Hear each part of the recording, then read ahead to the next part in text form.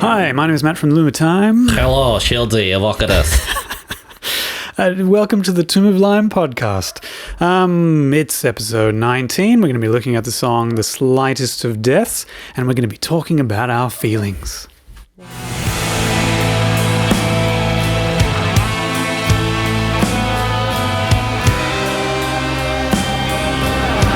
This is the last of our track-by-tracks of Grand False Karass. Need more tracks. Need more tracks. All right, working on it. I'll get right on it, Chilsey. Yeah, not to worry. There is quite a few tracks out in the internet of other bands that we could probably talk about too. So anyway, we'll cross that bridge when we come to it. All right, we're going to talk about our feelings. How do you feel, Shieldy? Are you feeling good? I felt good. When I was coming here. Felt good when I got here, felt good when we were setting up. And then that song just came on, and now I feel less good than I did before. No, other feelings happened. No. Good grief. Devastated. Yeah, I mean, it's a shorter intro for the stream there, so we had less time to sort of think about it or something, but you just got to jump in now. All right, well, look, music... Wait, no, humans. Humans, yes. Humans have That's us. Emotions, I've heard. Some of them. Yeah. I have been accused by some people of having less than other people, but, it comes with the territory sometimes. But that is okay. But when we talk about emotions, because I think music is a quite emotional thing, understanding human emotion is something that we probably can't just quickly summarize at the beginning of the podcast, because it's probably a pretty complex little thing. But we can stick to our areas, our lane. Stay in our lane. Yes. And just do our best, I guess. Yeah. I'll hit you with some theory again that I've come up with in this last little while. I've been thinking about it when it comes to music, in particular when it comes to human emotion and feelings and so on. And one is, I'd say that there is an emotion in music on the part of the performer. They can emote while they're performing. Yes. Okay. The counterpart of that is there's emotion that a listener can feel when they're listening to music. And I figured that those two things were separate because it's certainly possible that an AI or, I've seen, a metal band, who play their instruments just programmed that way. Yep. You could program something to make music that might invoke an emotional response in someone if the music is correct, right? But it didn't require any emotion on the part of the performer, who is an automaton or whatever. Yeah. So there must be a distinction between these two sides of it.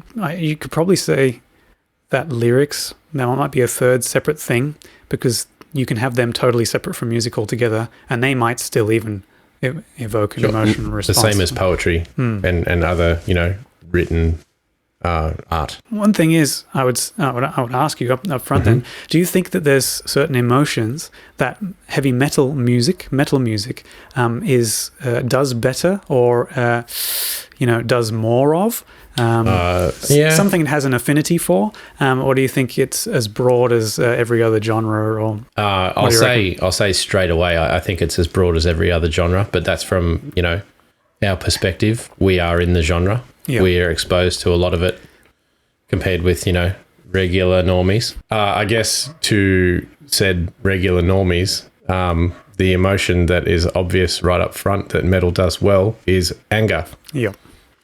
Saint or otherwise. Yeah, it's a clang. So yeah, there's plenty of people angry about that. Yes. But I think we all got over that now. It was like 20 years ago, so it's okay. Yeah, anger is an obvious one, right? The music sounds angry. The people doing it look angry. The artwork associated with it's angry. There's lots of angry imagery, lots of angry sounding stuff, angry themes, angry lyrics. So that's the obvious one out of the way. I'd say dive a little deeper and you explore different subgenres and whatnot, and peel away the anger. There's other stuff going on, right? There's sadness, there's desperation, there's depression even to an extreme. Sure. And then on the whole other side of the coin, there's like joy, and happiness. I'm thinking like Devin Townsend here. All sorts of like triumphant sounding sort stuff. of uplifting. Yeah, really uplifting stuff, even though it might be in a minor scale or whatever, it still can be quite, triumphant or uplifting. I don't have any examples, by the way, but certainly something that I've, noticed. What other emotions are there even? I don't think there's many love songs. No, well, I can think that in something like the gothic doom genre, there's love songs, but they tend to be also tragic. Oh my or God, something like I completely forgot about Typo Negative. right. Okay. They are all love songs. Yeah. But they're also quite sad as well. They're a bit, lots of emotion going on in there. How many words do humans have to describe emotion? Might dictate how we feel about them. Well, I guess that depends on how clever you are. I mean, if you can get your point across using less words, then that's very clever. Yes, yeah. Economy, I suppose, of meaning. But it reminds me that I think in there's some studies about language in some cultures where if a culture has a certain number of words for colors, they can differentiate between different shades proportional to the number of words they have for those colors. Okay. Right. So the more words you have for color in a language, the more able people are to differentiate between different shades of color. Sure. So, one language that only has 5, or a few words for green will see lots of different shades of green and just say, and not just say they're green, they'll be shown those 2 shades and they'll go, they're the same. Yeah. Right. And I think... Yeah, that's a good point. It's also the case that in certain places, like I think Inuit language has like 20 different words for snow or something like that, right? Yeah. Well, they would have 20 different kinds of snow, right? Well, I wouldn't be able to tell. That would be like, that's snow. That's also yellow snow. Yeah. Whatever. 2 different kinds of snow. Yeah, 2 different kinds. It could very well be the case that... our language perhaps ill-equips us to discuss emotions as broadly as they might exist in human beings. Like sometimes I do hear about, hey, this language has a word for this emotional phenomena, like schadenfreude or something, and we don't have a word for it, so they have to describe it to us. Yeah, that's a thing with Deutsch where, they have a word for what we would have a sentence. Yes. Yeah. But it's almost like they've just taken that sentence and bashed it into one word because that word has 50 letters. Thinking about what emotions heavy metal might be able to portray or evoke or whatever, we might even hazard to say that maybe it's more than we can even put into words, right? And there are feelings that it might make us feel that we can't even describe. Well, isn't it lucky then that we're not using just words to emote? Yeah, in that's music. true. Yes, and there's so much more going on. And in that way, it seems that a musician doesn't necessarily have to understand the breadth of human emotion in order to evoke those things. It's something almost, like you don't need to understand. You don't have to understand what's going on to make it happen. Yeah. Basically, too complex for us to fully grasp and understand and even analyze. But again, we can at some level we can do our best. We can beat around the bush. Yeah. Yes. You said that we do anger well, or just a lot. I don't know. Well, probably well. I mean, there of course anger comes up in other genres, but when I think about those genres, it's like we, as heavy metal guys, probably have a whole lexicon, a whole method just for different ways of getting anger out, whereas it might be a slightly narrower thing in other genres. Like we can say angry things, we can yell angry things, and we can do brutal death metal screaming angry things. Yeah. But not every genre has that. So. No, that's right. To that point, we almost do ourselves a disservice by having stuff that's not necessarily angry, like whether it be lyrically or whatever, but it's just got this angry tinge to it, no matter what we're talking about. That's right. I mean, you can act, essentially, emote in a certain style way, and you can say things angrily even if you're not angry. It's not angry, or the content is not angry. Just telling a story, right? Yeah. And I suppose that's just become the trappings of style and genre and so on. I'd had that thought as well, that anger was a big part of heavy metal, and I wondered if that meant that we didn't do other emotions as well. If there's, But I mean, I think you've obviously pointed out, and I think for every emotion that we could come up with, you could probably come up with a counter example and go, no, look, this band's a heavy metal band and they do this very well, like Love Songs, where you came up with there. Yeah. You know, I would have said that you were right, that Love Songs isn't a great strength in heavy metal, but there's entire examples of it. There's going to be, yes, exceptions. If it's just measured in pound for pound weight of text, words, whatever, it's growls, that we probably do, Anger the best, and the other stuff not as well. But, you know, we definitely have our options for getting those emotions out. Yeah. And we might even have options for getting them out in a way that's unique to our styles, if you know what I mean, the subgenres of heavy metal. Sure. Like there's not a great deal of screaming in other broader genres, like there is in most of the heavy metal subgenres. Yes, that's definitely a thing that happened. And, you know, we have maybe the highest gain guitars and the, you know, loudest, clickiest kick drums or whatever. Yeah. You know? So there's things that we do. But yes, screaming is definitely seems like an important thing because it's a very direct way that people emote in their music. It brings to mind, actually, you know, thinking about emotions like happiness. Isn't certain, you know, often associated with heavy metal, but it does happen. I remember this folk metal band, Korpiklani, in an interview was saying, you know, people don't want to go to a show and be sad, and they want to be happy, so we're just making going happy. There for a good time. Yeah, they're going there for a good time, so we just want to make happy stuff, right? So it's definitely even in the DNA of certain genres. Like that, and that's their whole even their goal is to do an emotion like that. I want to make a distinction now between music and lyrics when it comes to emotional stuff. Now there's a lot of heavy metal where the lyrics are incomprehensible, right? There is, and it's basically impossible to tell what the lyrics are unless you look them up and read them. And yet you can get a lot of emotion from listening to those lyrics delivered if they're delivered in a certain way. Do you find that lyrics are a big part of how you enjoy heavy metal, or is it? I'm a vocalist, right? Oh yeah. So my perspective on that is, of course, the lyrics have an effect because I pay attention to the lyrics. Right. Yeah. But also, it might surprise people, but like I am not yet a lyricist, right? I'm just a vocalist, right? I thought maybe you had dabbled at some point in the back catalogue there.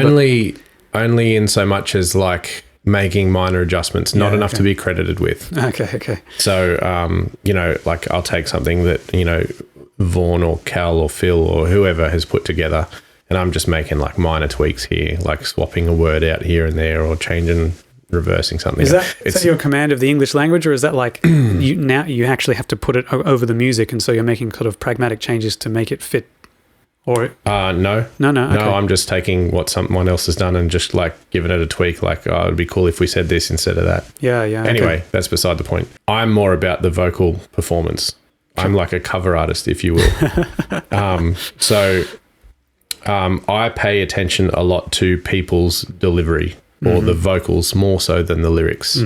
And I get a lot of emotional value or effect from vocals more so than the lyrics. Yep. So that's a third sort of plane that we can dissect here, because you talked about the music versus the lyrics. Yep. I'm now not talking about either of those things, just the vocals and how that sound comes out of a person. Yes. Yeah. Okay. Because that has emotion behind it as well. Yes. Regardless of what the words actually are. Yeah. Yeah. Which I guess can loosely be, you know, plugged in there with the music itself, because it's part sonically what you're hearing. There is something unique about it. Right? Yeah.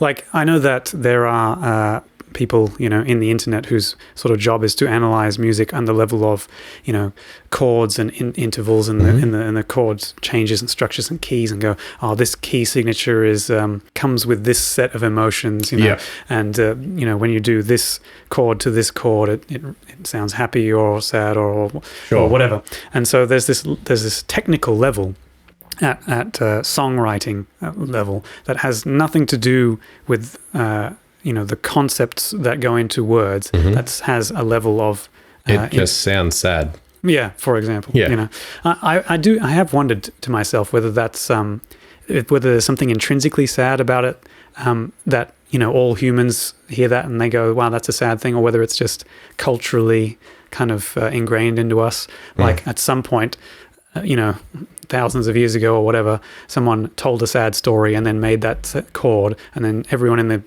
wherever is like, oh, that's a sad chord. I have an example, and you might be able to explain it. Yeah. So Eleanor Rigby, right? Yeah, okay. That's a sad song. Okay, yeah. But lyrically, like, is it a sad story? Or is it just a story? And the sound of the music and the vocal delivery is just somber. Like, yeah, it's got a sort of melancholy it does feel to it, but it's not like overly. Yeah, I don't know.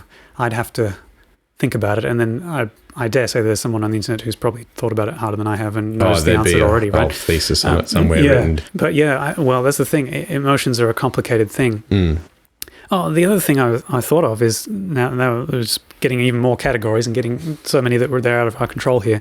Is so we put into the Discord that for people to share their music that they emote to, and there was a range of different responses from people, and some of it seemed to do with the lyrics, and some of it seemed to do with the band's performance, but some of it was like.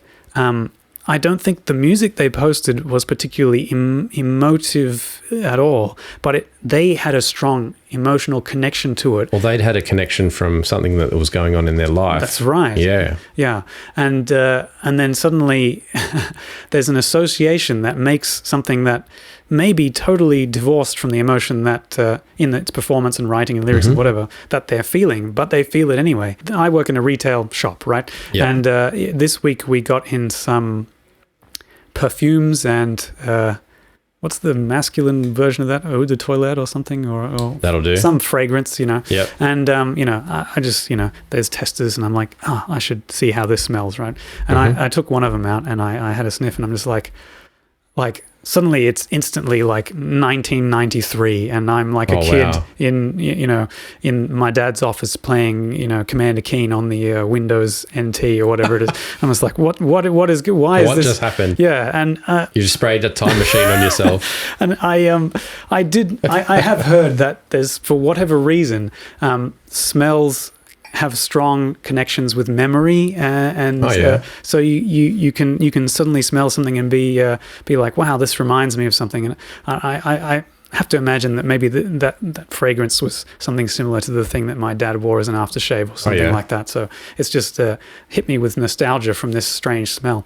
And obviously there's no guy at the perfume factory was like, oh, this is going to send people way back to... Get him. Yeah. It has nothing to do with that. But Chuck it in the comments, Mr. Ratcliffe. What was the fragrance? Secret blend. Your dad's not the Colonel, is he?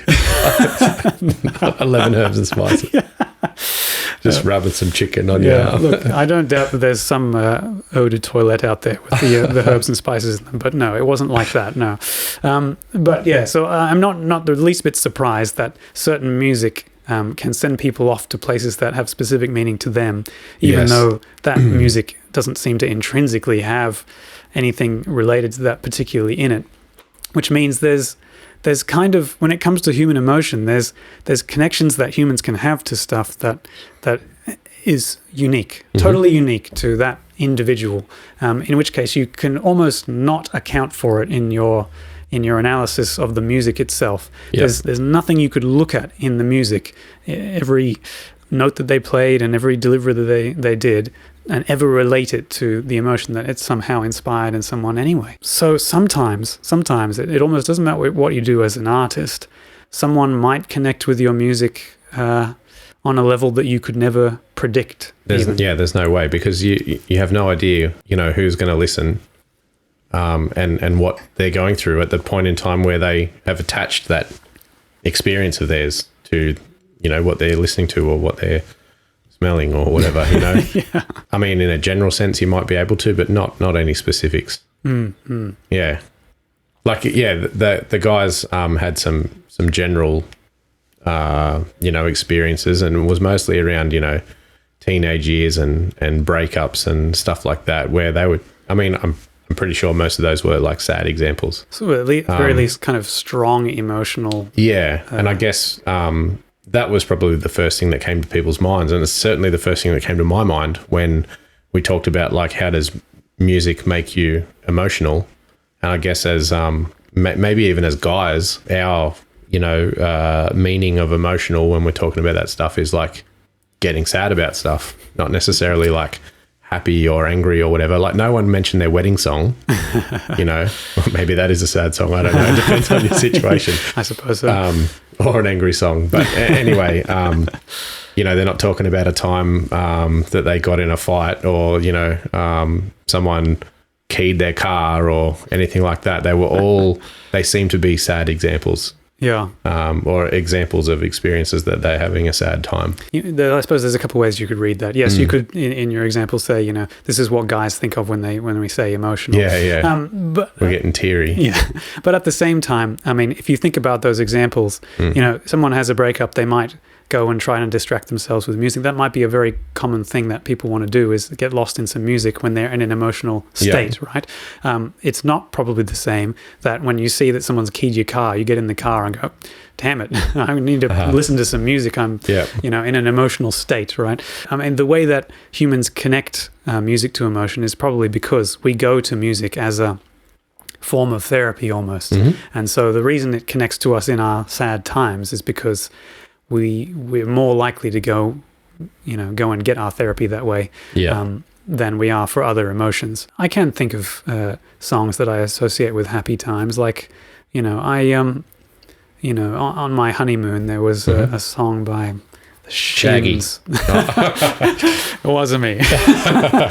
No, I was going to say the Shins. Like I took basically a year off of listening to metal one year, and I listened to like indie rock, Triple J. Why? Exclusive. Well, it was basically, I was influenced by some people that were around me that I worked with, and they were all into this music, and I was just giving it a shot. Yeah. There was some good stuff there that I enjoyed, and it's just, I guess maybe at the time metal wasn't hitting me the way it used to, but I did come back to metal as it happened.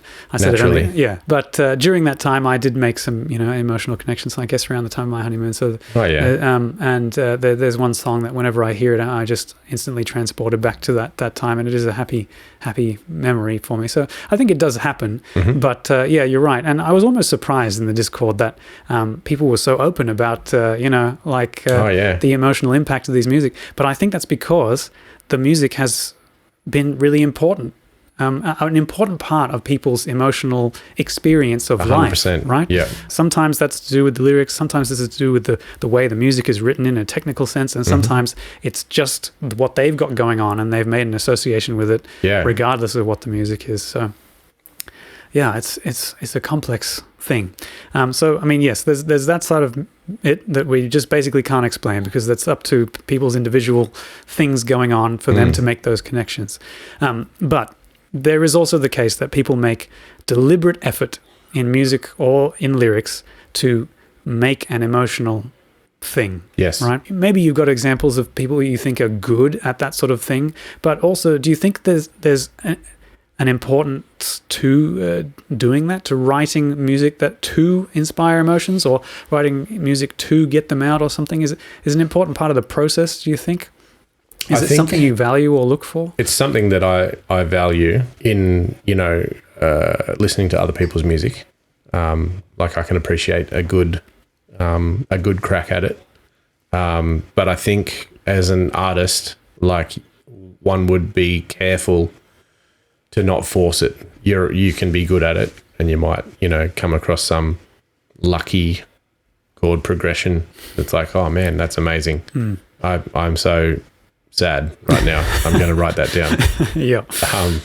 So I can pass this sadness on to others. I can't be suffering this alone. I imagine if you're just rocking a chord progression that's happy and you accidentally hit the wrong chord and, oh no, I'm sad now. I ruined it.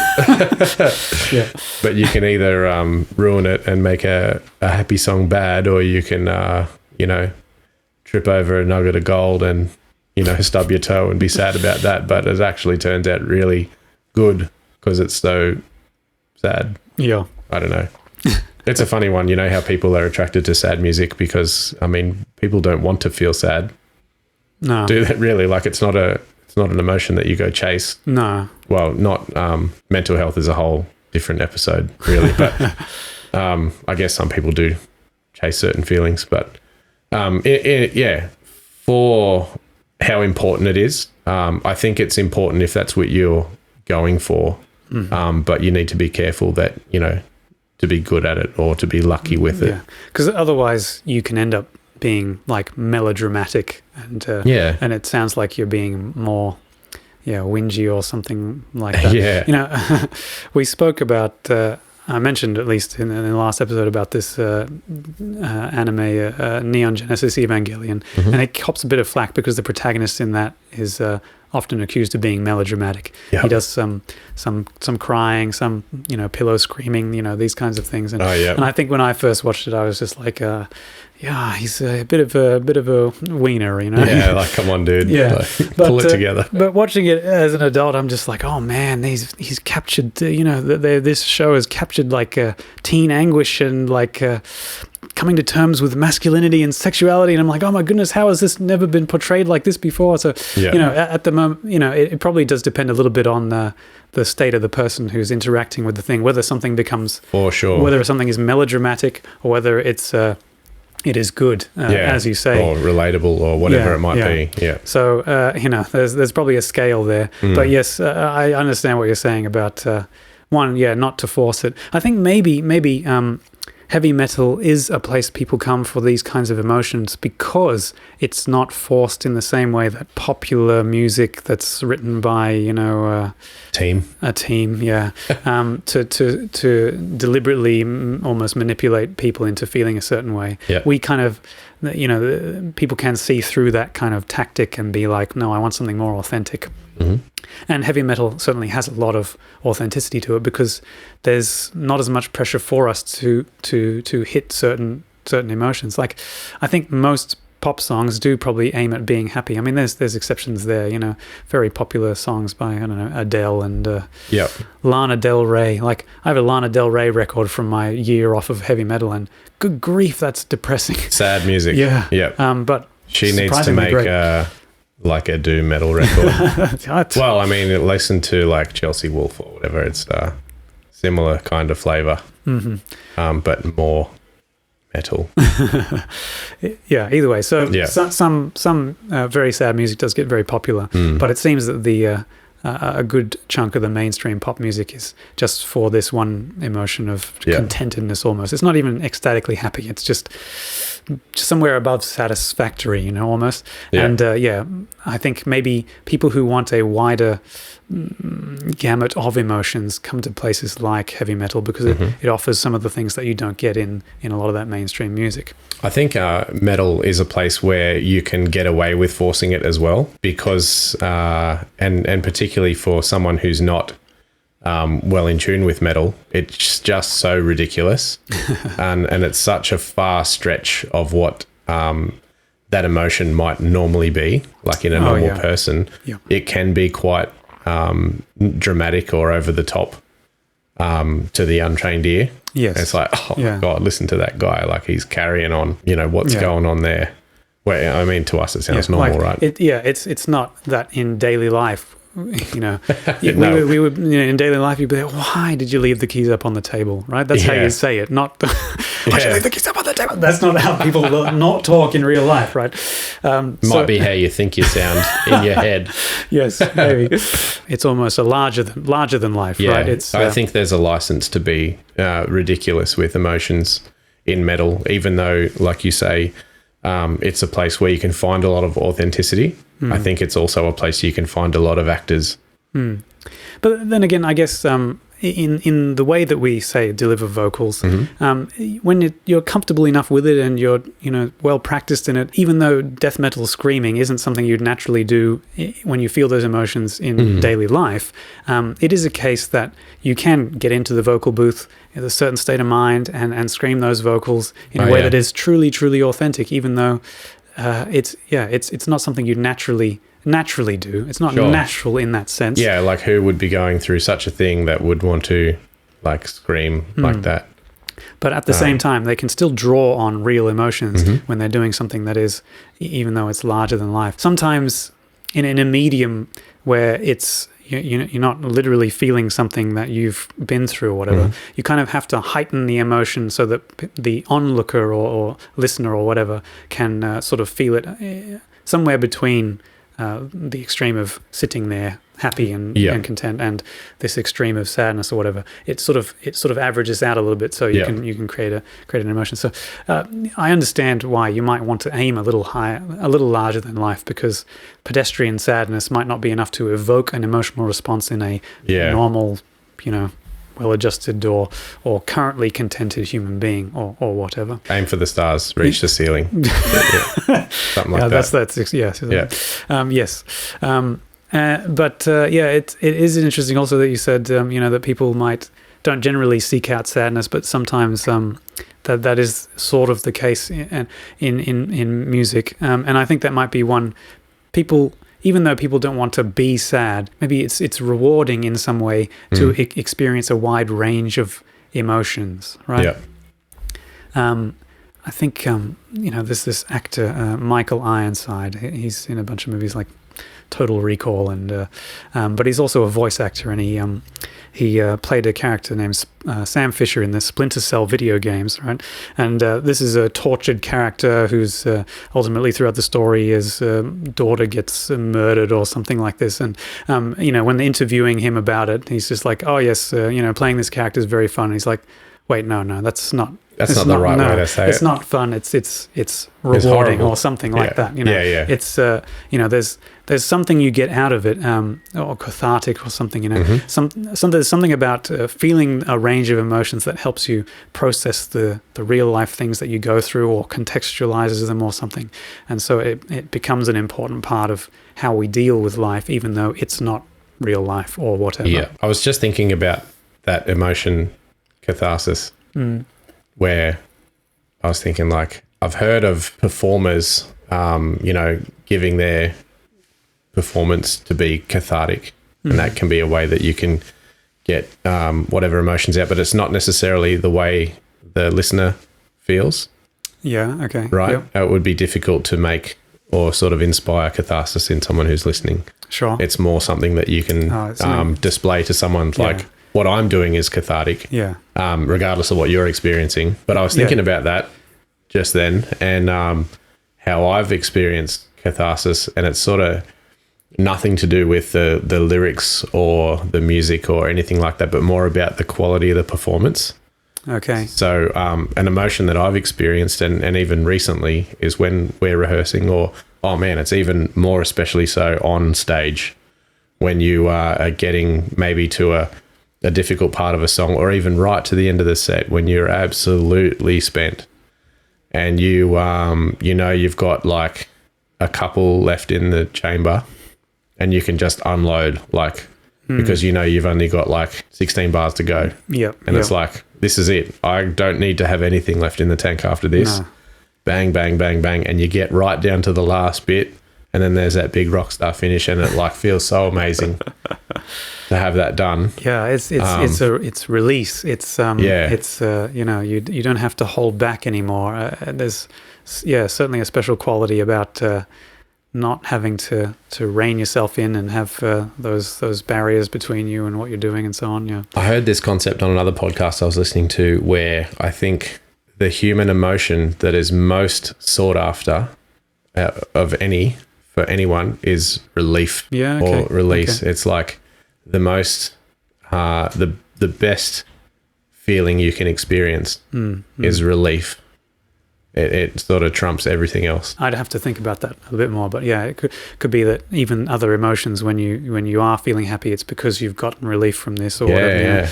So okay, and so you get a taste of that when you're getting through performance. Yeah. I mean, I didn't really think about that when I was thinking about this episode. Is that the act of performing can invoke emotions separate from what you're putting into it. Yeah. You get something else out of it. Yeah, exactly. Yeah, okay, that's interesting. Yeah, I mean, I even felt it on the weekend. We rehearsed together as a band for, upcoming show. And there was a part in the song where, like, I had kind of just finished what I was doing. and everyone else was still going, and maybe there was like a dueling solo between the guys, and it turned out so perfect that I was just overcome with this emotion, like, oh man, that is just hitting the spot so good, because you just nailed that thing. And whether or not it was a feeling of relief or confidence or which kind of just translates to joy overall. But I was almost like overcome by it. Like, I've got to sit down for a second. Like, I'm so overcome right now. Okay. Yeah. It's such a great feeling. Yeah, no, and you get it just from being there, and being involved with it. And that's not even just you performing it as an individual. It's like the way it comes together as a group of people. Yeah, doing it. And that can inspire emotion too.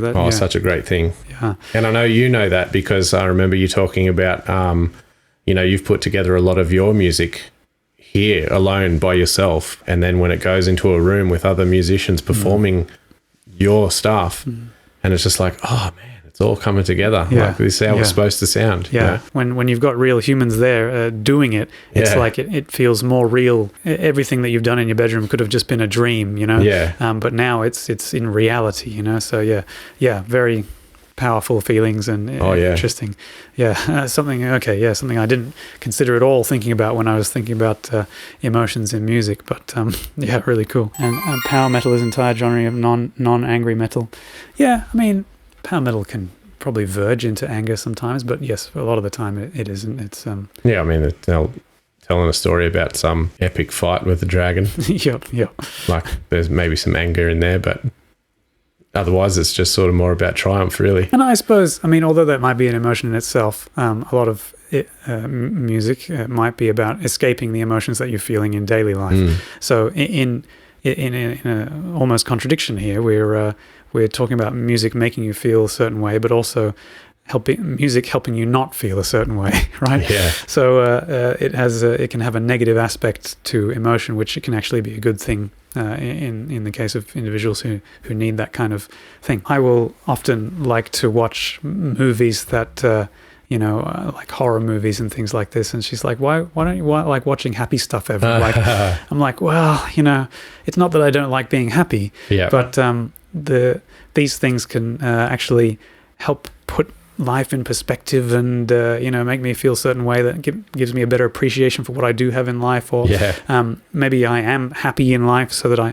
don't really need that from my media, because I've got it anyway. So I mean, there's a lot of almost functional things that we can use these mediums for. And I call it therapy. I mean, it can be therapeutic. I don't want people to think that I want you to replace actual therapy with art just stuff. Go listen to musicians, Sabaton. Yeah. You feel good. Yeah. Oh, major depression? Well, here's your prescription. Yeah. No, it doesn't work like that. If you need to talk to someone, talk to someone.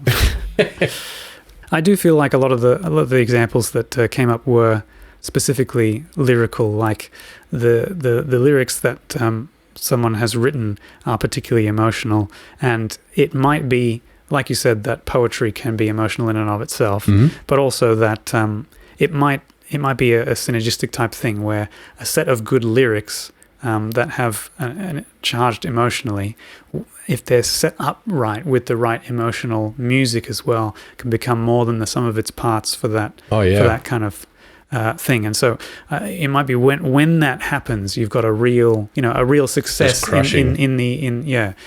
what it is you're aiming for. Got some weight. Now, the music by itself, it might have some emotional qualities, and the lyrics might have some emotional qualities by themselves, but combined, it probably becomes a little bit more transcendent in its. They hit the spot. Of all the range of music that you listen to, do you have music that is particularly emotional and that you go to listen to, or is it just like you recognize that it's produce those emotions, or you can see that, that's really sad, man. It's not necessarily like a target that I have. Like I feel a certain way and I want to listen to this to try and add to it or whatever. It's probably more the opposite, actually, where I'd be listening to I listen to a lot of music driving to work or driving home from work.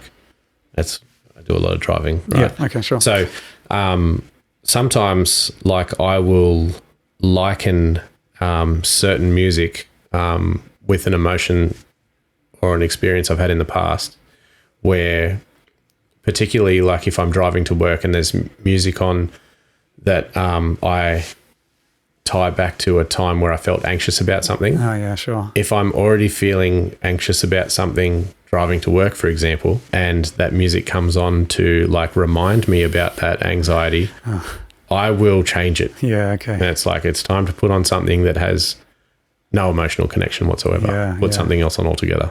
Okay. So that happens. That happens to me. So there's almost an involuntary aspect to how a piece of music can make you feel. Yeah. So it's not so much about putting something on purpose to chase an emotion. Yeah. It's more about putting music on purpose or taking music off, turning that one off because it has brought about a certain emotion that it's like, I don't want that right now. I need something else in my mind right now. Okay. Yeah. A distraction. I tell you what though, if I am looking for an emotion, I did this recently in the last couple of months. We were on a car trip with more than just me in the car, a bunch of mates, and we were going on an adventure to have a great time. And I thought, who better to listen to for good times than Clutch? Okay. I mean, Clutch is just a non-stop good time, right? Sure. And they might have some angry songs, sad songs, but for the most part, it's all very fun. Sure. Just like let the good times roll. Bands like that as well might be a good example of a place where there's kind of almost sometimes a disconnect between the sadness of the lyrics and the funness or swagger or rock and roll feel of the music. What you're hearing, Do you think it's the case that sometimes when there's a mismatch between the lyrics and the music when it comes to emotion, that it can be more powerful? Or do you think most of the time it's a leveling out so that you can sort of brings it back to a balance point? I think it's going to be always more powerful when they bounce off each other, you know? Sure. Where it's, like you said, greater than the sum of its parts. Mm-hmm. Like this is a sad sounding song with sad lyrics, boom, that's ultimate sadness. Yeah. Whereas if it's like contrasting, I don't know if it's confusing or not, or just it takes away the power in that emotion. Yeah.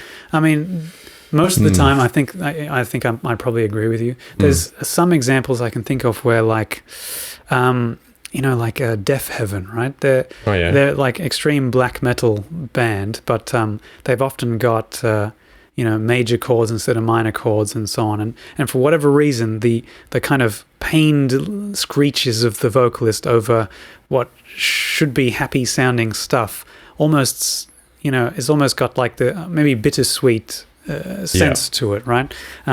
So, I mean, maybe that's just another way that you can sort of play with emotions almost. It's like when you've got sadness matched with almost happy sounding music, maybe it has a more nostalgic feel to it because you can think back on times that have gone that you were happy but you don't have any more or something like that. Yeah, okay. Anyway, I think it's possible. Maybe it's more difficult and it's probably more rare in any case. Yeah. But, oh man, the technique, the breadth of techniques that you can use to manipulate emotion and to express emotion and so on. That's an example of where I probably couldn't even really properly understand why it makes you feel that way or whatever, but it does. Well, sometimes the attitude of the music overrides the emotion, whether that be in lyrical content or the vocal delivery. Like you were saying with that sort of contrasted Deaf Heaven example, where one of them might, while they're contrasted, one might overpower the other one. Whether or not it's confusing at the time, I don't know. Like whenever I've listened to that kind of hipster sad boy black metal, it's kind of, I don't know. It sounds mostly sad, even though it's got some pretty interesting sounds going on. Yeah, we say sad, but I think there might be more emotions in that word than we can properly describe there. Like somewhere in sad and melancholy and desperate and all the words that we describe. There's gradients and degrees there that you might find work better in certain situations with that kind of music. Sad in the broadest sense. There might be a couple of sub emotions there that it exemplifies or whatever that these other genres don't sort of go into. You can have obviously it's almost deliberate attempts to make you feel things in the lyrics. Yeah. And I guess that can sometimes be successful and sometimes not. Like, I really feel like Steven Wilson is pretty good at writing sad stuff. Yep. But I don't think it's emotions that he's felt before necessarily. He's writing from other people's perspectives. Like, Yep. there's a song he has very sad about a mother who's lost her children and it still makes their breakfast and still, puts their clothes out and so on, just to kind of deal with or not deal with the, Oh man, there's a video for that song. Yeah. That is a sad video. Yeah, real heavy. Yeah. But not heavy like that. Heavy the other way, right? I think maybe it's because he understands something about human emotions that he's trying to do to people almost. That is not. I don't think that's a personal experience of his. I think there's other things that he writes about that aren't personal experiences. Just a story that he's inflicting on people. Yeah, yeah. Now, what would be the motivation for someone to do something like that? Do you think, just for people like us to buy it and talk about it? Yeah, maybe. You think maybe he's just, he's discovered that he's good at writing words that make people feel things. So he's like, well, I should do that. I should exercise this talent that I have or whatever. I don't know. I guess that's an example of the thing where a person can feel an emotion listening to something that isn't necessarily being emoted in that way because the lyricist is not emoting emotions that they've felt before, but they're infusing them in such a way that the person listening to it can feel those things. So yeah, there's definitely all these things often combine together in strange ways, but they can be separate at times. I think you'll always find examples of where it's just the lyrics or just the performance or just the listener or whatever. But sometimes they come together as this melting pot and all come together in this perfect storm, and then you just have an overwhelming experience with the combination of all these elements come together. And that's probably the thing that sticks with you, and you go, oh, wow, when I think back on that piece of music, it brings up all this stuff, and makes these connections in your brain or whatever. I think it shows how powerful music can be as a in every sense that we can talk about emotion, whether it's transmitting, receiving, reminding, processing. It's for considering that heavy metal, I always kind of thought wasn't really good at emotions. It was just like, oh, angry man yells. I think because humans are emotional creatures, that it was almost impossible that there wouldn't be strong emotional connections with these kinds of music, even if we absolutely do our worst to be the least emotional genre if we wanted to. There's still going to be someone who's going to have a strong emotional response to it. Had some pretty strong emotional responses from a lot of metal over the years. Oh man, like Triptychon. There's that one song on Melina Chasmata, Aurora, I think it's called. They didn't play it live either. Shucks. Oh man, it was going to be for the encore, and there was no encore. They had to play it anyway. They didn't play it, but yeah, that's a super sad song. And I remember the first time I ever heard it, that nothing could have prepared me for it. And it still made me feel the same way, the first time I heard it to now, it's no different. I guess the same can be said for the song we're talking about tonight as well. Okay. It took me by such a surprise. And not only because it was so different from the rest, but so powerful in its own right. It seemed to be not a Loom of Time song like typical with the rest of the stuff, but still, like, it was definitely Loom of Time, but just totally different flavour. I do want to start talking about our song. Sure. But I do have a question just before we do about the Triptychon experience. Oh, yeah. And this song that you had a connection with, is that one that they do play as encores, that that's what they do? No. Okay. I just totally expected them to do it. So is it possible that you're the only one that's had as strong a response to that song as anyone else, and that it's not a fan favorite, or that's something that they would ever really play live, and that you're just like, wow, how could they not play my favorite song? Yeah, I understand what you're saying, but I think I'm not the only one. Okay. And one of the reasons I think I say, like, there is a video for that song. Okay. Yeah. So they picked it out. They've singled it out as something. They've singled it out as something that they want to market, more than the other stuff. I guess that's why you make a video for a certain song, right? Yeah. It's something that you want to elevate on a pedestal. Yeah. I remember... and they didn't do it. Yeah, I remember going to a gig in Sydney that Nevermore were headlining. Mm-hmm. And I remember some guys in the pit talking about what songs they thought they would play. And one of the guys mentioned a song that was one of my favorites as well.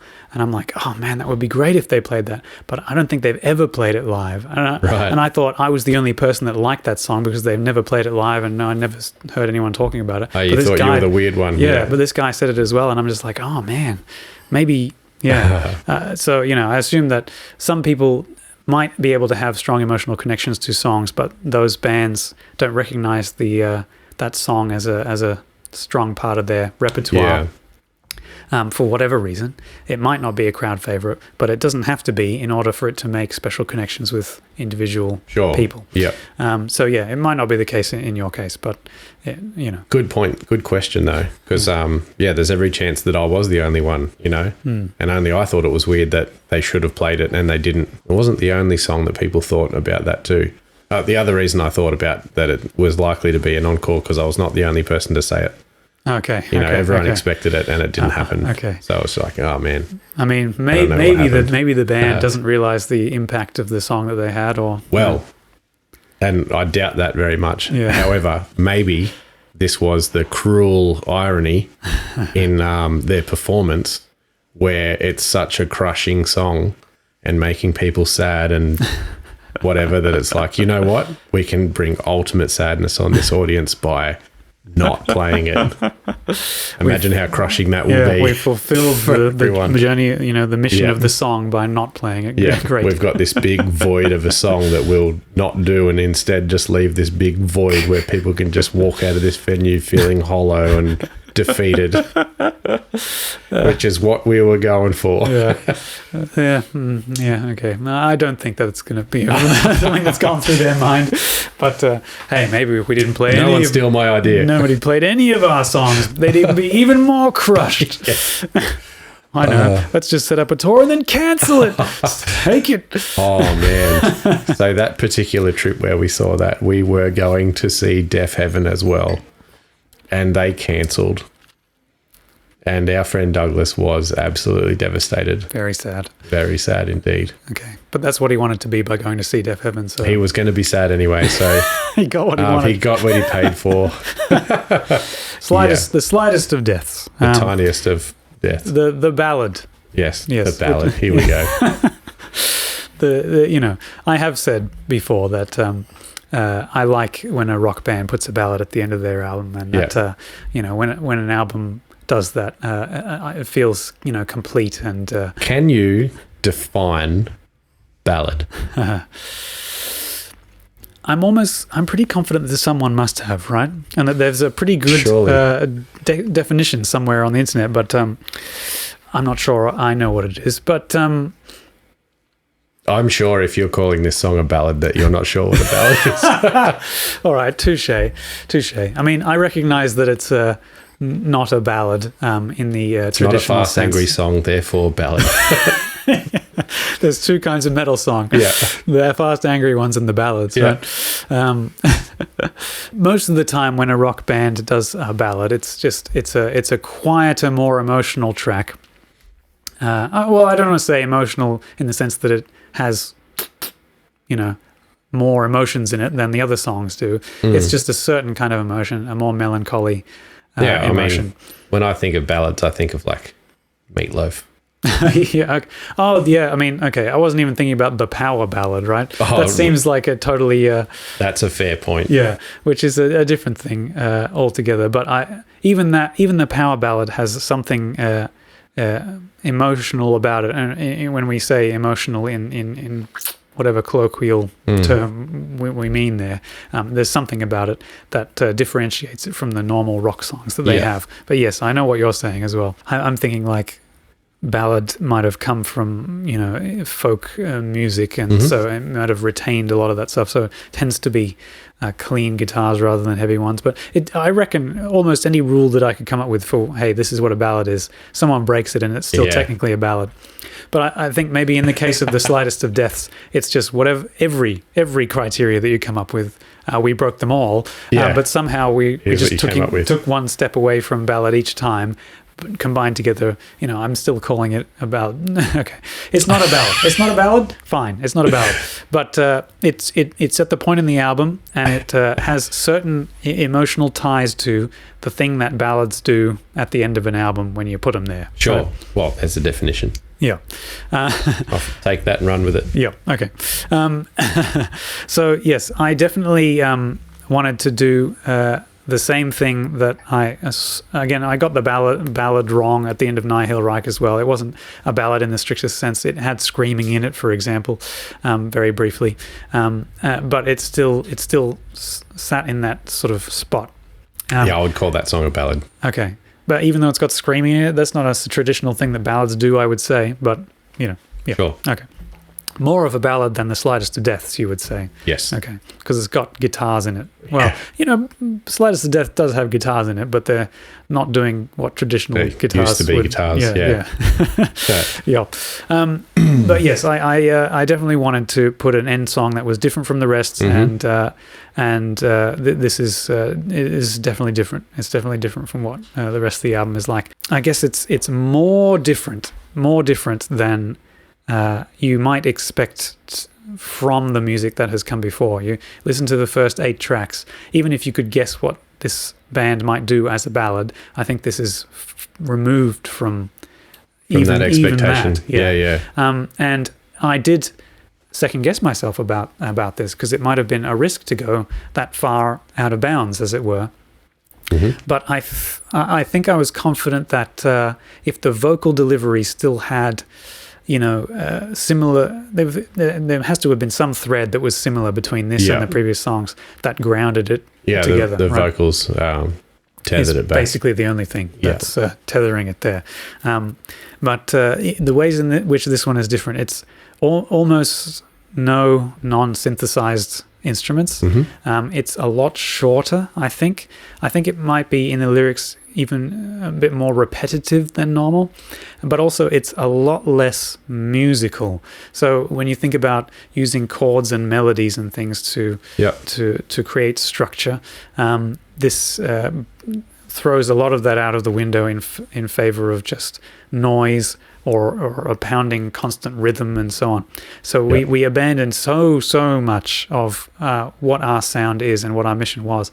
But I think the reason I wanted to go down that route was because I think it probably stemmed from the lyrics. Now, I've said that I come up with the lyrics first. I don't really like to talk about the lyrics first because I don't feel that they're super important, right? But I think it more so in this song, because of its departure from the normal stuff that we do, it's because it was more dependent on the lyrics that I had come up with. And I was just kind of, when I looked at them and I saw that there was more sort of repetition, and that there wasn't it wasn't a long set of lyrics, it wasn't, you know, particularly eloquent or intricate or whatever. It was more, I don't want to say simplistic necessarily, but there was something direct about it.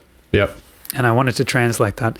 And the reason that we went off label as far as genre is concerned is I think just from the lyrics and the way that they, you know, when you write lyrics, or at least when I do, I've got some kind of idea about how I want them to be delivered. There's something about the way, how long the line is and the way the words are emphasized and so on, that you get a sense of how that they should be performed.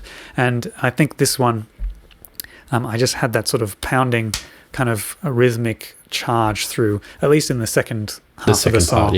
I can't really explain, I guess, why we went with, you know, it was almost synth wavy in parts and almost like just noisy and there's kind of sound design elements that are more at home in like a movie trailer than they are in music necessarily. But I think it kind of grew. It kind of grew out of one idea, and it just kept becoming more and more weird as we went along. But because it's got that screaming in there that's similar to what we've had before, I felt that it connected it close enough, or I wasn't sure about that. I wasn't sure about it, but I wanted to put that in there anyway. Yeah. The other thing is this song, because it didn't really involve any bass guitars, it didn't involve any drums, there's not really any choirs in it or anything like this. This is something that I could basically do by myself and no one need hear before it reached the end of the production process. Yeah. And so I think even like Brad didn't hear it until our listening party, right? And he said, he's like, I don't think he was expecting that I think I was the only person, me and Mida and I were the only people expecting that. Yeah. Brad said to me, he's like, oh, man, you should do a whole EP of just like that stuff. And I'm like, he's not wrong. I don't think I can, though. I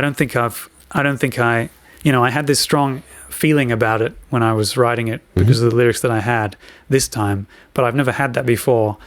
If I don't write lyrics that inspire me that way, I probably won't ever again. Sure. Right? Yeah. So, I mean, I'll talk a little bit about the lyrics because I think these are quite a fun lyric, actually. Where it all came from. Yeah. It's a little bit different, actually, from a lot of the ways that I write the other songs lyrically. And this is going to be almost ironic because I think this song in particular, this last one, I think people have expressed that it's one of the strongest in making them feel a thing, right? Making them feel a feeling, right? But at the same time, I think the lyrics came from a place that was way more academic than emotional. Now, in all the previous songs, I'd be thinking about something and then I'd go on the internet and be frustrated by some hypocrisy or something, and then I'd mash out the lyrics as they came together in those emotional states. But this one was a more philosophical idea that sort of came to me, and I just thought it was cool. So I just sort of developed it into a song. What's going on here is like, well, I'll give you a bit of background. There's all right, we'll talk about a philosopher. There's a guy named Karl Popper. He came up with this idea of called falsificationism, which is basically a test for scientific hypotheses. And it was basically if you've got a hypothesis that you can actually test with an experiment where you can go and look at the results and go, all right, the hypothesis is proven to be true, or it's been falsified. It's we know it's false. Then that makes the hypothesis stronger, because if you can't do that, if you do the test and then you're just like, well, no matter the result, we still think the hypothesis is true. Yeah. It shows perhaps a weakness, a theoretical weakness in there. And so he placed this emphasis on falsificationism. Now, it has its limits. I'm not going to pretend like every scientific theory needs to be falsifiable before we can take it seriously. There's plenty of examples where that's not the case. And there's plenty of examples from the history of science where they tried to do an experiment and got a bad result and were like, well, we don't want to throw the hypothesis out just yet. And then later on, they managed to actually prove it was true or whatever. Yeah. And I think one of the paradigm examples of a hypothesis that Popper would have liked would be something like relativity, Einstein's theory, because it made novel predictions. It made predictions about stuff that we hadn't discovered yet, and that they were actually falsifiable and testable. Now, a lot of Einstein's stuff we haven't tested until way after Einstein's theory came around and died and was accepted anyway. But the point is, it made novel predictions. We tested them, turned out to be true. Shows a pretty strong theory, especially if it's things that are counterintuitive. Like people didn't expect time to be mucked around with at any point in science, but Einstein did it anyway, and we found it to be true. Right. Now, there are plenty of theories that aren't super falsifiable, and what that results in is that people can make speculations about them, and you can't really prove or disprove them. And I think it opens the door to some sketchy stuff. It does, that happens, but it doesn't necessarily mean that all of it's sketchy. I want to talk to you a little bit about semen right now. Okay. Yes, I said that. All right. Now, there's a theory that called semen displacement theory. All right, we're going to talk about penises for a minute. Okay, bear with me. Have you heard of semen displacement theory? No, hasn't come up in your reading. No, okay. Hasn't come up. Hasn't come up. All right. Here's the theory. The theory is that the head of the penis has a bit of a ridge behind it. Oh yeah, I think I know where this is going. And this has been selected for and evolved because you could use it during intercourse to scoop the semen of other men who have had sex with this female, whatever, before you, and it made you fitter because you were able to scoop their semen out and pump your semen in, and then you could pass down your big penis head genes to the next generation. Yep. Okay, this is semen displacement theory. Now, I read this. And I was instantly disgusted. I'm like, my penis is not a scoop for other men's semen. That's disgusting, right? My instinct was, this is one of these unfalsifiable theories where no one's going to be able to prove that this was the case. And I was thinking about you could have fun trying though. I had the thought even myself. I'm like, wait. If you're uncircumcised, isn't that little ridge where the foreskin sits when, And anyway, I did a little research, and the guy had been presented with that idea, and his response was, the guy that developed this theory, that is, the semen displacement guy. I don't remember your name, but you're the semen displacement guy now, okay? His name was Dick. Captain Semen. No, okay. Anyway, someone confronted him and said, what about uncircumcised penises? We haven't been circumcising people for that long. It can't have been an evolutionary thing until now. And he said, I bet if we tested it, we would find that I was right. I'm like, He tested it before he came up with the theory, I reckon. It was just an observation, not a theory. Yeah, maybe. Anyway, it could be that this is great science and very rigorous, and he's absolutely right. And yes, the head of my penis is just a scoop for other men's semen. That's why it was built millions of years ago. Built. Yeah. Yes, that all my ancestors were great scoopers, and that's why I'm a great scooper today. Look, what am I talking about? All right, let's get on point here. The point is, this when it comes to evolution, I think in particular, because there's not a lot of ways to go back into the past and do experiments on the past. Right. There's a lot of unfalsifiable stuff. And now some of it might be good, and even semen displacement theory might be very good. It might be. But there's also lots of room for problematic stuff where people just make stuff up, and there's not much you can do to disprove it. And I think almost in science, when it comes to these kind of problems, it's almost like, look, if you can come up with a good theory, and we can't come up with one better than it, we're just going to consider your theory correct until someone else comes up with a better idea. Yeah. All right. Now, I had one of those such ideas, and it doesn't make any sense. But it was a cool thought experiment. And so when I thought of it, I was like, this is pretty cool, actually. Write it down. Yeah. Now, one problem that we run into, not just in evolution, is evolutionary psychology. This is the idea that basically our brain evolved the same way our body did, and that is every psychological facet that we have, whatever it might be, modules they call, I don't know, psychologists call these things, whatever psychological unit thing that we have in our brain that does a thing. It didn't just evolve to be a general use tool for human stuff. It evolved for a specific thing from our past. It evolved for it to meet a certain demand. Yeah. Now, there's some controversy over this evolutionary psychology and theory. I think most of that stems from people who aren't evolutionary psychologists coming in, finding something that they like and going, ooh, I'm going to use that politically or whatever. And then people go, oh, that's hopeless. And then all the actual evolutionary psychologists are like, wait, no, we never said this. It's a lie. So that, but I won't hitch my wagon to evolutionary psychology. There might be bigger problems there than I understand, but there might not be, okay? Do your research, folks. In this case, I came up with this idea. It's looking at the way that people looked at some psychological facet of humanity, and then they go, all right, why did that evolve? Why do we have that thing in our brain? And they'd come up with a reason, and no one could disprove them until someone else comes up with a better theory. It's problematic, but I came up with one of those. Right, now my theory was, one of the things about these psychological facets is that you look way into the past to see the problems that we would have been struggling with them then to solve, and and they've survived up into the modern day. So I thought, what if we go back as far as we possibly can to think about these things, and I thought about the way that going back even further than life itself, down into physics.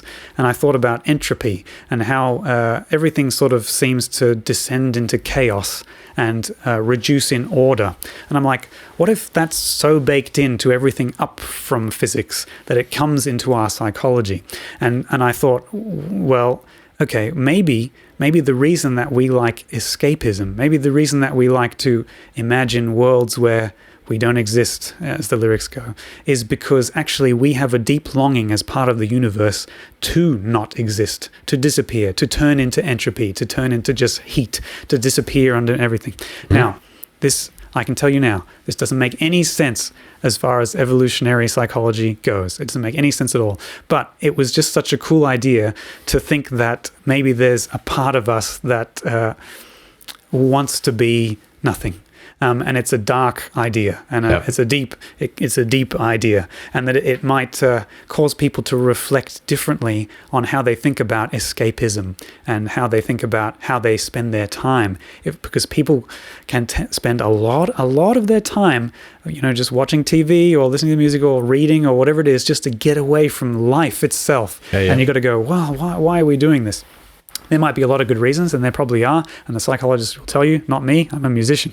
However, I did write a song that is very deceptive, I guess. It's misguided and it's wrong, but it was still cool to go over those ideas. As it happens, more recently than I've wrote this song, I found a little bit of kind of evidence that what I'm saying might actually have some weight to it, all right? There was a scientist that sort of discovered entropy. Now, you'd think that if entropy is the natural state of the universe where everything descends to chaos and disorder, that things like life springing up and becoming more ordered is a kind of affront to that. And people have been struggling with the idea of, why is this happening? Why have we structured into, planets and people, and why has consciousness evolved and all this stuff? It seems like an ordering of things, and it's one, it might just be a local system thing where you pump enough of the sun's energy into an area, you get a local a reaction. Ordering of things. But some guy came up with this idea that when humans are doing stuff and when life does stuff, a lot of the stuff that we're doing is basically irreversible causes of entropy as well. The way we process energy, and we eat the plants and whatever, and we're processing it through our bodies and we're spending that energy. His theory is basically that having pockets of order is actually a more efficient way of spending the energy in the universe to get to entropy. There might be more efficient ways to get the universe to the heat death of the universe where everything is just nothingness, right? And life itself might actually be a good way for the universe to get rid of energy and get to this entropic state even faster. So in a way, what I've said in my lyrics is sort of kind of true, in that humans might be a good way of actually creating entropy, and that might be deeply ingrained into what we are. But having said that, I don't think it's actually ingrained into our psychology. But my hope was that by going through this thought experiment, that we might reflect a little on how we spend our time, how we use escapism, what it's doing to us, how healthy it might be, how healthy it might not be, at least just to think about it, just to think about it. So that was kind of my thought. So it's kind of it's dark and it's twisted and it's interesting, but I don't think it's correct. It's more like in the realm of science fiction than anything in any real psychological, thing. But I did think it was interesting enough, and I think those sort of dark ideas about that there might be something deep and dark inside of us that we don't understand, and that manifests in our behavior, and that we only realize that it's terrible after the fact, or things we consider normal are actually sinister or whatever. Those are great dark things that you can use to make a dark song out of, and that's what we did. We made a dark song. So it starts off quite sort of almost, I keep using this word emotional, which has lost all meaning to me after this conversation. And then it goes into a massive wall of sound. And it's just very noisy. And I think I could get away with something like that in this song because I know it was going to be short. I didn't have a whole lot of lyrics. I think if you did a whole album like this, it would be very fatiguing. Or even a long song, it would be very fatiguing. But I think it goes just long enough to build enough tension to get the point across. And then it has I think it does have a good sense of relief in it at the end almost, because it's so jarring and so dissonant and everything that maybe, your point earlier about relief being something that humans seek, maybe this song, not that I'd thought about it before, but has an element of that in it, which might have something to do with its effect on people. But I'll give you a few bits of trivia for the song then. One, there's a shepherd's tone in it.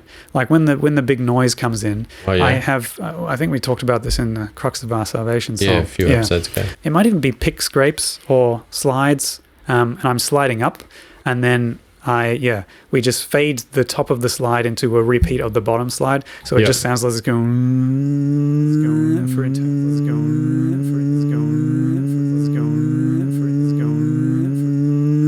for eternity. So that comes in when it's big and noisy, and then when all those noises sort of stop, you just got to go, oh, it's almost, I think it's a relief, right? When you hear those things, because you're so clouded and pummeled by this thing, and it just stops, and then you've got those big reverby toms. The rhythm of those drums is pretty important. I think it starts off with a pulse, and then it alternates the pulse, and then it's just got that rhythm at the end.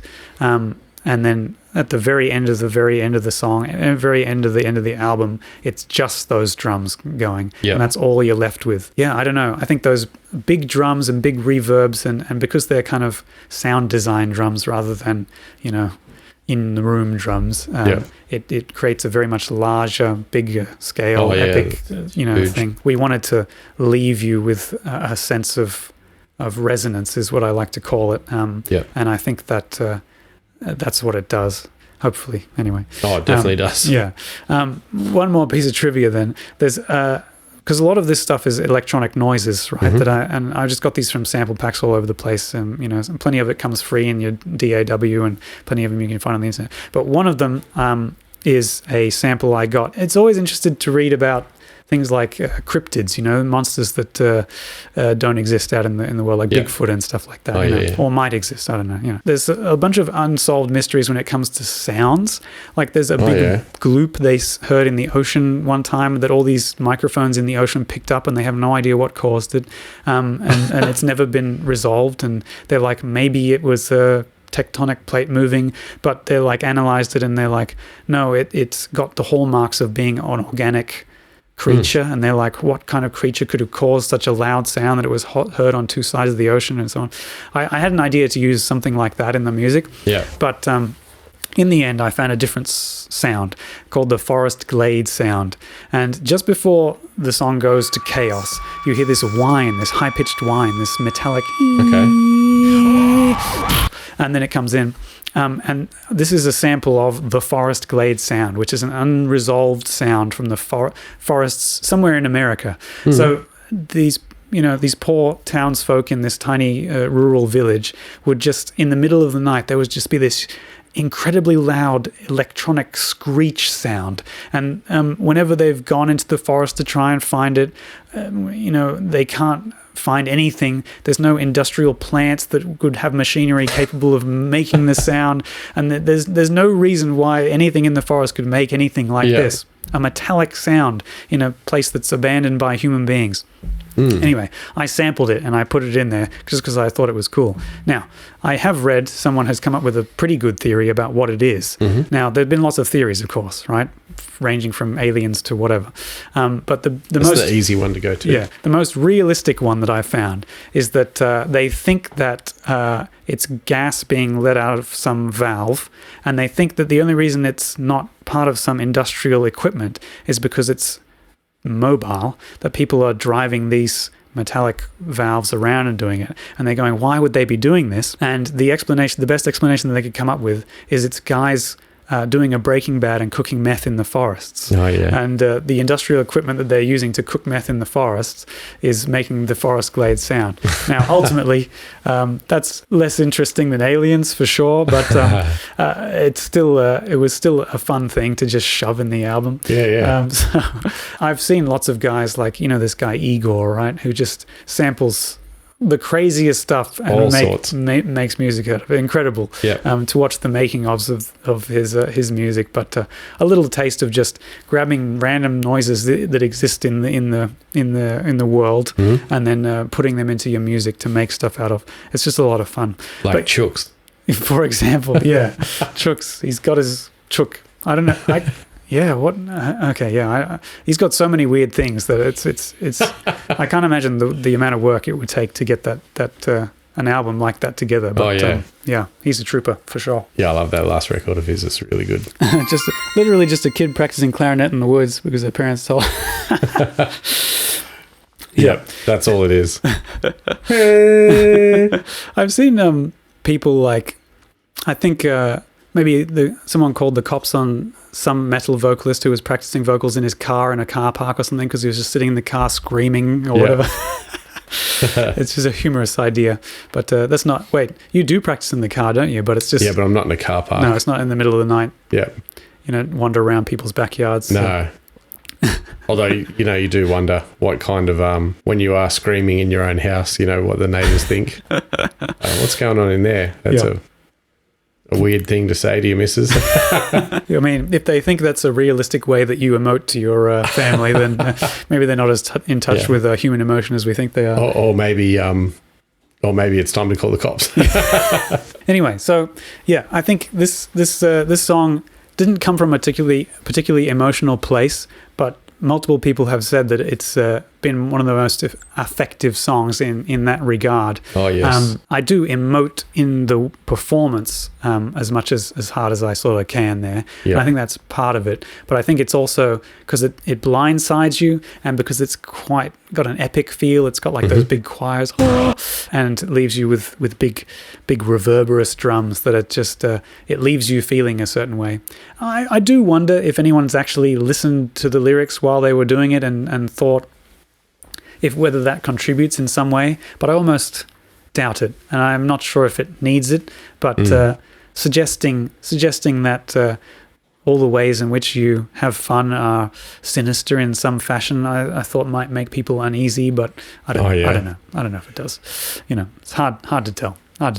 It's a pretty easy idea to toy with, to mess with people.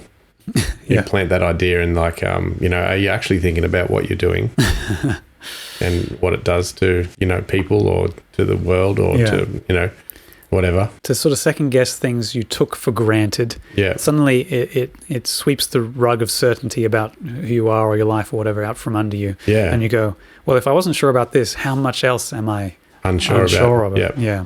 And that's not an emotion you want to get caught in for a long time, but it is okay in small doses to give you a bit of humility when you check yourself. Yeah, I mean, I imagine if we released it as a single and it was the first thing you heard off the album, it would give you that would be weird. Yeah, it would be very weird. It would be out of place then. Yeah, and it's like when we've talked before about how Opeth could release a quiet album and a loud album. It's like because you've got all this other stuff, this thing on the end there doesn't become too detached because it's as a percentage, it's a very small part of the album. But it's such a hard punch at the end of the album. It would be weird if it was on its own. Yeah. And it might belong, in another collection of songs, maybe. I don't know, but with it at the end of that whole record, it certainly belongs. Yeah. Even though it is so, different. It's more a piece of the album than a song in of its own right. I feel that because it's almost, you know, in a typical Loom of Time song, there's a lot of different ideas that are strung along in a line, but this song is more like 2 ideas. You know, if I only come up with 2 ideas, I don't think I've come up with a song. You know, I've come up with 2 ideas. You know, we're 10% of the way to a song or something. But this one, it's short enough, you know, succinct enough and focused enough that, you know, 2 ideas is enough. Looking back on the whole album, I think as an end to the album, it does work because it hits that resonant feeling.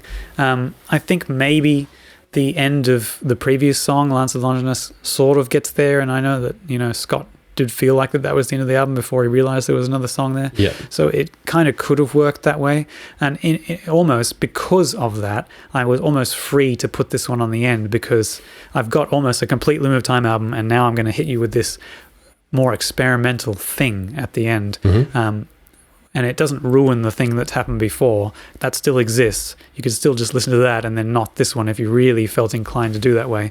But it was like, if it doesn't work, you've got that. But if it does, then it should still function as a good end to the album. And, you know, when we're looking at, hey, we got to try and find one unique thing to put in each song. This one, the whole song, doesn't face a big problem there. And I don't know if I'll ever do anything like this again, unless I do some significant research into those kind of genres and have a better appreciation for them. But just throwing everything I can into it, a short song, shows that I can do that much in that amount of time, but an extended thing would be more difficult. Has Evocatus got anything more experimental coming up? Have you ever thought about doing stuff like that? Because I know you know, someone, you know, Alex is like, oh, you know, you're a metalcore band now or whatever. So there's stuff that's different, but have you ever thought about doing something way left field? Or is there anything sneaky that you done, or no, not so far? Not so far. No, I guess Mortem had that weird, you know, almost cover of that. It's Schubert. Is it Schubert? Yeah. Earl King. Earl King, yeah. It's a cover. Yeah, okay, sure. It's a cover. That's a cover in the same way that this is a ballad, right? That's right. Yeah. So, you know, it's got some clean vocals, and it's got a weird, you know, because we've just taken a classical song from a piano and transcribed it to play on 7 strings, you know. Nevermore had a cover of The Sound of Silence, and it took the lyrics of The Sound of Silence and had no musical. They didn't take any music connection from the Simon and Garfunkel, but just the lyrics. Right. Is it a cover? Is it not? I don't know. I mean, it's kind of like the covers that we've been doing over on the Tomb of Lime YouTube. So anyway, keep your eye out for more of those coming. Creative God. And more. Anyway, we're at the end of a cycle here, the end of a season, I suppose you could say. And I just want to say thank you very much, Shieldsy, for coming on this ride with me. And thanks everyone who has tuned in, listened, commented, helped me out. Really appreciate it. I'm sure we can put a, you know, James Bond will return sort of ellipsis at the end of this episode. Right? We might take a little break from doing a podcast, but, you know, nothing's set in stone. But either way, I just wanted to say, thanks a lot for all the effort, and it's been a pleasure. And being the foil and listening to my madness, and I really appreciate all, you know, the input that you've had on all of these, and no worries. Hope to do more of it in the future. But again, at this point, because it feels like an ending of an era, at least a little bit. I just wanted to get that out there before we clock off for sure. Yeah, no worries. Well, thanks for having me. It's been an honor, I guess.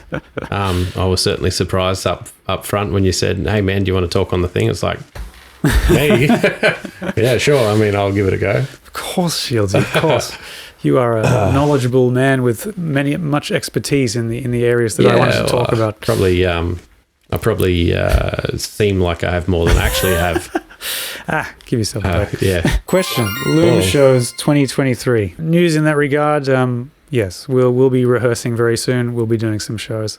I'm still waiting for you to announce Evocatus Fest with all the Newcastle bands. All the friends of Evocatus. Yes. But until that time happens, we'll be doing a thing. It's been a thing that we haven't been able to do till now, but it is a thing that I very much intend to do. Evoca Fest at Evoca Beach. Nice. Yeah, with avocados. Yeah. Wait, when's your gig with Ailstorm? That's on Thursday. 2 days from now. Yes, 2 days from now. So, Thursday the 24th. Yeah. Oh, great. All right. You ready? You pumped? Yeah, we're ready. You said you performed on the weekend, right? Okay, maybe rehearsed. Studio time on Saturday morning. Went very well. Yeah. You had an emotional response. I did. All right. It was good. At a studio we hadn't been to before as well, which was something nice, something different. At Newcastle or somewhere? Yeah, Rock the Nation Studios. Oh, okay, cool. In, Steel River Industrial Estate. Oh, okay. Pretty good. It was good price, good facility, huge, mixing desk. We could plug 50 things into that desk if we wanted to. Oh my God, it was huge. But it was pretty cool. So that's always an option. Yeah, well, best of luck on the night, gig day. Thank you. I hope it goes well for you. I hope you have another emotional response. All things being equal, just try to keep it together. Don't break down while you're up there. I want to remember to get a photo of us on the stage, with the crowd in the background. Yeah. Okay. I'm sure all 17 of them will be pumped to be in that photo. Hey, it's a sold-out show. Yeah. All the tickets are sold. What are you going to do? All right. Nice one. Yeah, nice one. Thanks for having me. No worries. Fist bump. Yeah. Good as.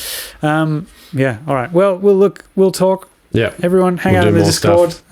We've got more stuff to talk about there, and we'll let you know more developments as they come up. Until then, peace out, everyone. I hope you all have a nice rest of your week.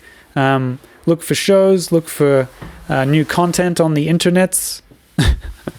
and yeah, we'll see you all next time. See you guys. Thank you. Adios. Bye-bye.